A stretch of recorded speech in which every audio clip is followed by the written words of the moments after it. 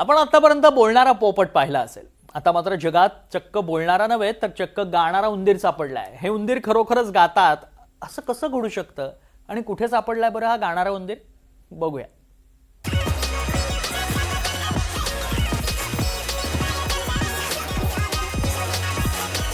हा उंदीर चक्क गातोय. हा एआयचा प्रातिनिधिक उंदीर असला तरी असा खराखुरा गाणारा उंदीर सापडलाय. अशा प्रकारचा गाणारा उंदीर अमेरिकेमध्ये सापडलाय. मेक्सिको आणि मध्य अमेरिकेत असे गाणारे दुर्मिळ जातीचे उंदीर सापडले. मेक्सिको आणि मध्य अमेरिकेतल्या दाट जंगलांमध्ये हा उंदीर आढळतो. स्कोटिनोमाइस टेगुइना या प्रजातीचा हा उंदीर आहे. हा अतिशय लहानशा आकाराचा उंदीर आहे. तो शिट्ट्या वाजवत सुरेल गाणी गातो. अल्स्टनचा गाणारा उंदीर असं त्याला म्हणतात.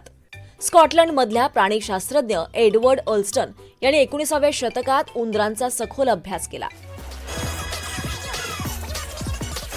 या जातीचे अनेक उंदीर मध्य अमेरिकेतल्या आणि मेक्सिको मधल्या दाट जंगलात रात्री जेव्हा गाणी गाऊ लागतात तेव्हा रात्रीच्या चांदण्यात उंदरांच्या गाण्यांची एक झक्कास मैफिलच जमते.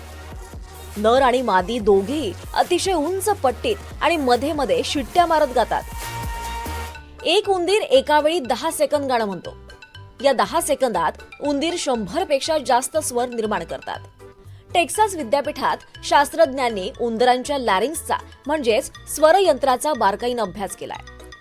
शास्त्रज्ञांनी या उंदराच्या स्वरयंत्रातून ट्यूबद्वारे हवा सोडून आवाज रेकॉर्ड केला. ज्यावेळी हे उंदीर गातात तेव्हा त्यांच्या घशातली लहानशी पिशवी फुगताना दिसते. शास्त्रज्ञांनी ज्यावेळी ही पिशवी बंद केली त्यावेळी उंदरांचं गाणं थांबलं. या पिशवीमुळे वेगवेगळे स्वर नेमके कसे निर्माण होतात यावर अजून संशोधन सुरू आहे. Bureau report, NDTV Marathi, Mumbai.